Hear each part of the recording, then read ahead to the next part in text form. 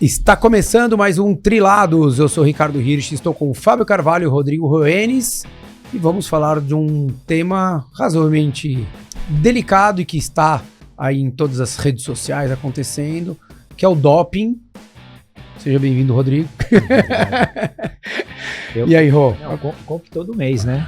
Uma caixa de sucrilhos. Vitaminado. Quantas vitaminas? Não, vamos lá, vamos falar sobre um tema que acho que nunca é confortável, né? Porque a gente até teve o papo com a Ariane aqui, enfim, abordamos um pouco isso daí, mas era muito mais pra gente ouvi-la, né, Fabinho? Primeiro eu queria te dar as boas-vindas, faz tempo que a gente não grava aí, e até... Cara, saber como é que você acompanhou um pouco as notícias, os relatos dos atletas aí, Semana passada deu uma bombada esse assunto, né, cara? Semana passada foi bem polêmico. Acho que saiu segunda-feira passada. E, nossa, todo mundo, né? E pela primeira vez aconteceu, assim, dos atletas se pronunciarem, né? Então, por isso que também eu acho que deu essa magnitude no caso. E foi praticamente o segundo caso da história do triatlon de grande repercussão, né? Primeiro tivemos a Nina Kraft, né? Ironman, acho que em 2004, 2006, não me lembro a data que ela ganhou Kona e depois foi suspensa. Mas naquela época não tinha muita mídia social, então o pessoal não... Quem comentava era só a grande mídia. Grande mídia no triatlon é muito pequena, né? Aí, hoje a repercussão em dia, até entre os praticantes era muito menor. Muito menor, né? Aí hoje em dia tomou uma repercussão bem grande, então bastante gente comentou, muitos atletas profissionais se pronunciaram, que é legal, né, cara? A gente então, vê isso que eu ia te perguntar, assim, como é que profissionais... você como ex-atleta profissional, a gente não via tanto isso, eu não sei se os atletas ficam com receio de expor mais a pessoa ainda ou não. Como é que não queira, né, muitas vezes a gente é amigo dessa pessoa que está sendo pega no doping e tal, então a gente pode acabar magoando essa pessoa, né, que somos próximos, mas também não falar nada, às vezes pega como se você estivesse compactuando com a atitude que ela tomou, então fica sempre nessa saia justa, né. E na realidade, assim, cada um sabe o que faz, né, Fabinho? Sim. Não tô dizendo é errado, não aprovo, mas cada um sabe aonde pega, o que sente, Sim. o que vive para recorrer àquilo. Exato, e a gente tem que tomar muito cuidado com tudo, né, cara? Atleta profissional tem que tomar cuidado com tudo, assim, desde a vitamina C que você vai tomar de manhã, o suplemento que você vai mandar manipular, a carne que você vai comer, o país onde você tá, o tipo de... Cara, assim, quando a gente estava na seleção, teve um caso de clenbuterol, num atleta da seleção, e ele alegou que era a carne que a gente comeu no México. Então é difícil, cara. No México e na China, quando a gente ia, a gente não comia carne pelo período todo que a gente estava nesses dois países, que tem bastante casos deles darem clenbuterol para o gado lá. Então é difícil de julgar, né? Eu particularmente, você também viu bastante atleta falando, né, Rô? Eu ia até perguntar pro Fabinho, agora, em cima do caso que aconteceu, talvez o julgamento, assim, o julgamento ele sempre vai acontecer, mas talvez o julgamento seja mais incisivo e maior quando é um atleta que, se a gente considerar recentemente, vem vencendo provas e ganhando premiação, etc. Aí, com certeza... Pô, querendo ou não, teu colega de trabalho, ele vai para cima com relação a esse julgamento. Eu não sei até que ponto isso, se a gente for analisar do ponto de vista psicológico, o quanto que isso, para o atleta que foi pego, o quanto que para ele, eu não sei nesse caso que a gente viu recentemente, eu não sei se na cabeça desse atleta eu vou cumprir, depois eu volto, ou não, ele já... Minha carreira acabou. Diz ele no podcast do How They Train que ele parou, que nunca mais volta a competir. Aí vamos ver, né? Agora outra coisa... E é difícil, né, cara? É difícil... Eu só estranhei a suspensão, né? 3 anos só, né? Normalmente GPO são 4 anos. 3 anos achei... Será que é porque ele... Acho que é porque ele assumiu, né? Acho que ele reconheceu ali na... mas mesmo Tudo bem, não que mude nada, né? Não, Continua trapaceando, enfim, fazendo o que não deveria, né? E era o que o Fabinho falou, né? A Nina Kraft foi outra época. Eu não sei se antes dela, Fabinho, um pouquinho, acho que foi antes. O Jürgen Zak foi pego. O Jürgen Zak foi pego, acho que com testosterona, mas já no final de carreira, ele já não tava ganhando tanta prova, né? A Soft Ride não tava andando mais sozinha. Não foi aquela mesma época, mas ele foi. Também teve aquele caso do Spencer Smith. Sim. Mas também, assim, não foi um caso, tipo, nenhum deles assumiu, né? O que eu acho que o que chamou a atenção foi o que você falou, Fabinho. Acho que hoje tem as redes sociais que, cara, dão uma impulsionada na informação absurda. E eu acho que os atletas terem, né, não só atletas, o próprio Mark Allen, né, hoje que tá muito mais nos bastidores aí de tudo, todo mundo falando e colocando, né, o depoimento, até eu compartilhei o depoimento do Sanders falando, né, pô, ele puto da vida, né, assim, e chateado e preocupado, ele falou, cara, o cara tava na minha casa, né, será que ele tava fazendo isso? Ele podia me envolver num negócio desse? Então, eu acho que criou-se uma atmosfera muito maior por conta de que hoje o mundo tudo toma uma proporção maior, porque você tem, todo mundo cria voz, então antes ninguém ia ter o acesso ao 100 long da vida, entendeu? Hoje o atleta ele simplesmente postou lá e tem 100 mil pessoas que seguem ele, 300 mil, 400 mil que estão seguindo.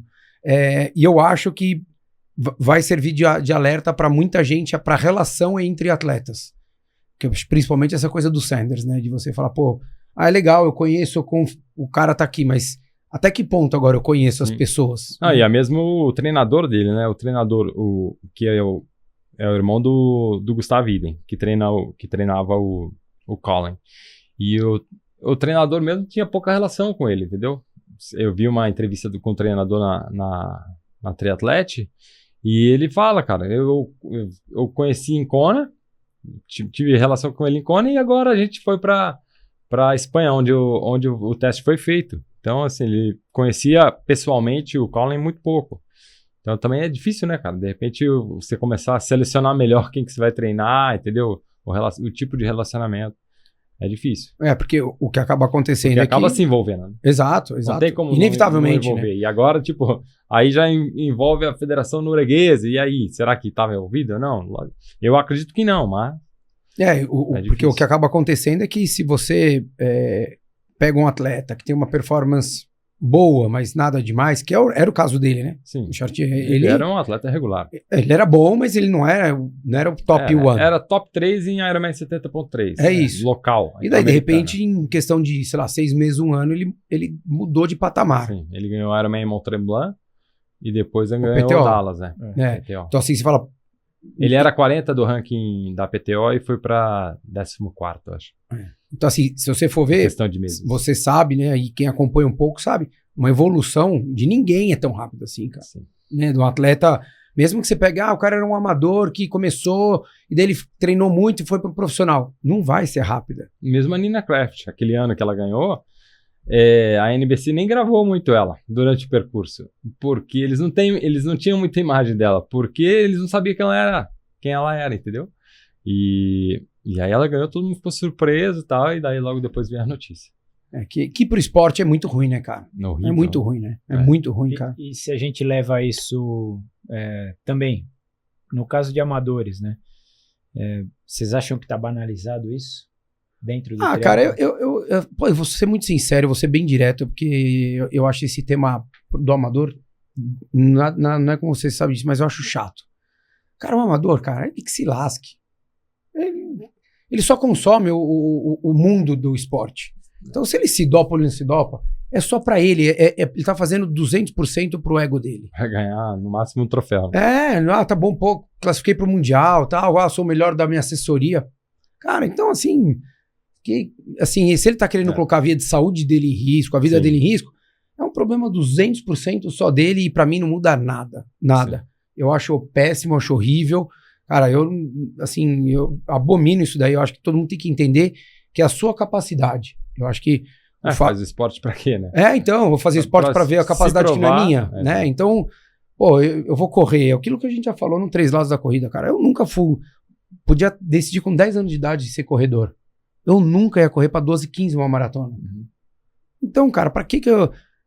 vou tomar pra sair de 2:36 pra 2:32? O que vai mudar minha vida? Só pode piorar. Pra melhorar não vai fazer nada. Sim. Só o ego.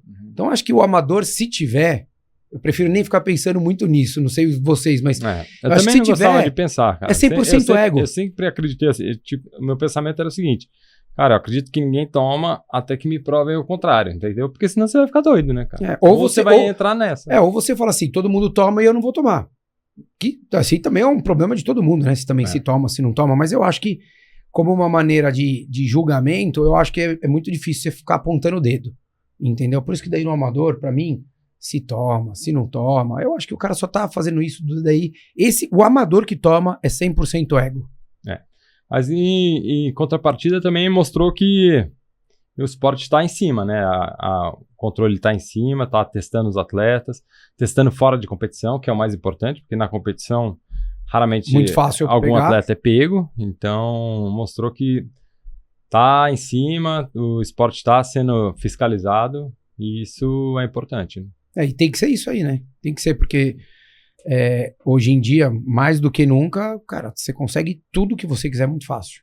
Sim. Né? De informação de treino, informação de alimentação, informação de recuperação, informação de doping, informação de mecânica, né? Como é que eu regulo um câmbio? Você coloca no Google lá, câmbio de bicicleta, Dura-Ace, vai ter um glossário ali, um passo a passo, né? Isso tem pro bem e pro mal. Sim. Né? Então, assim, se o esporte ou as agências aí de antidoping não acompanham essa evolução...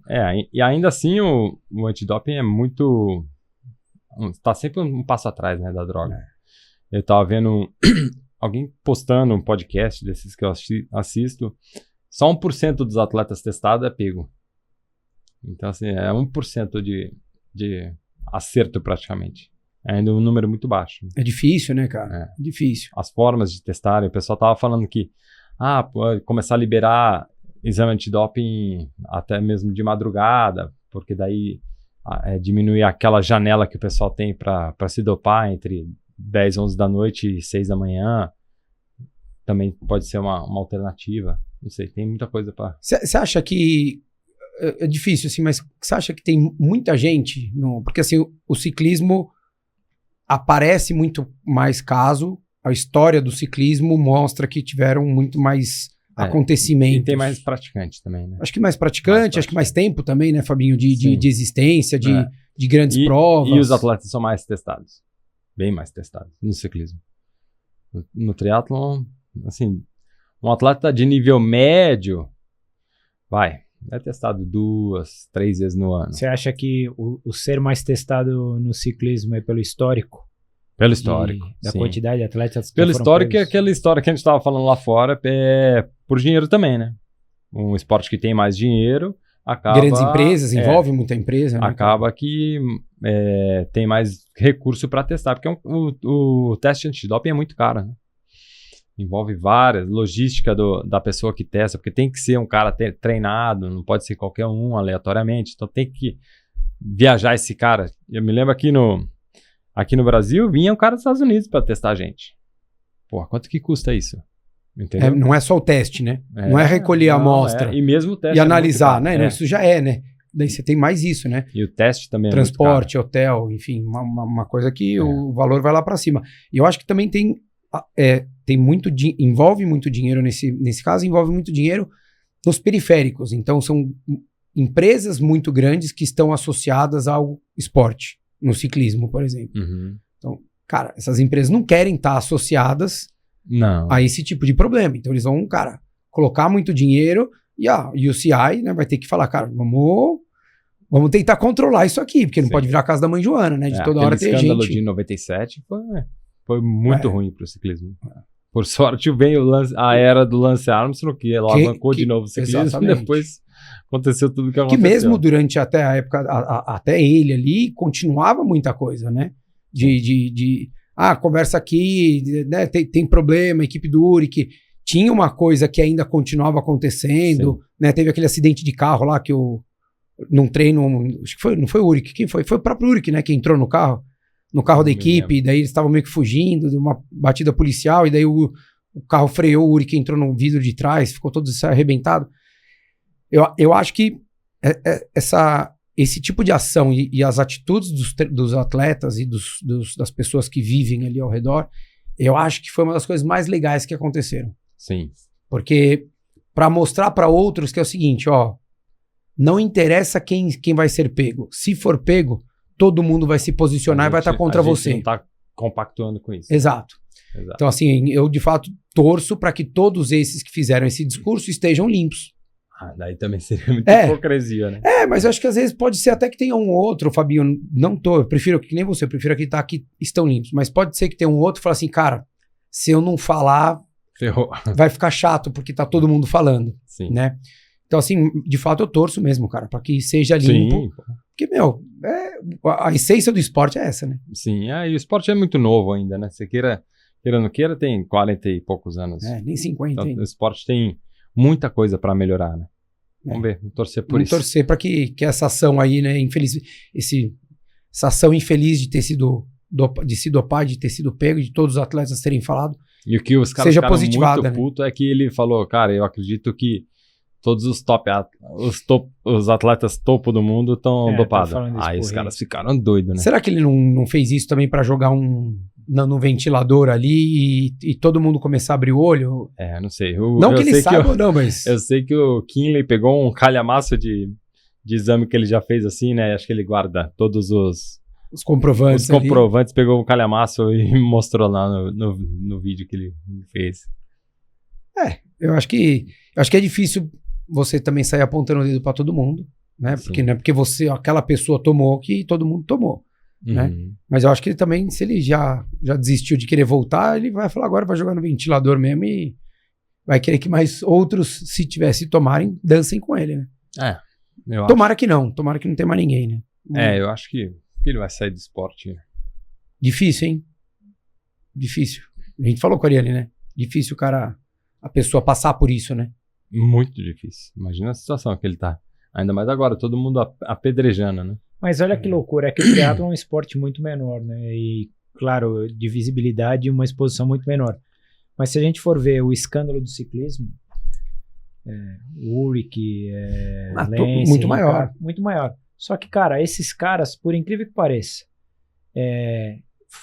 principalmente o Lance foi banido, mas olha a quantidade de gente que ainda... de alguma maneira tem o cara como referência, seja no trabalho que ele faz atualmente com podcast, etc e tal. Eu digo assim, talvez pro Collin vai ser muito difícil, mesmo o triatlon sendo pequeno, ele se manter de alguma maneira envolvido com o esporte, diferente do Lance, do Rincap, que os caras fazem lá os camps em volta do mundo e um monte de gente quer participar. Sim.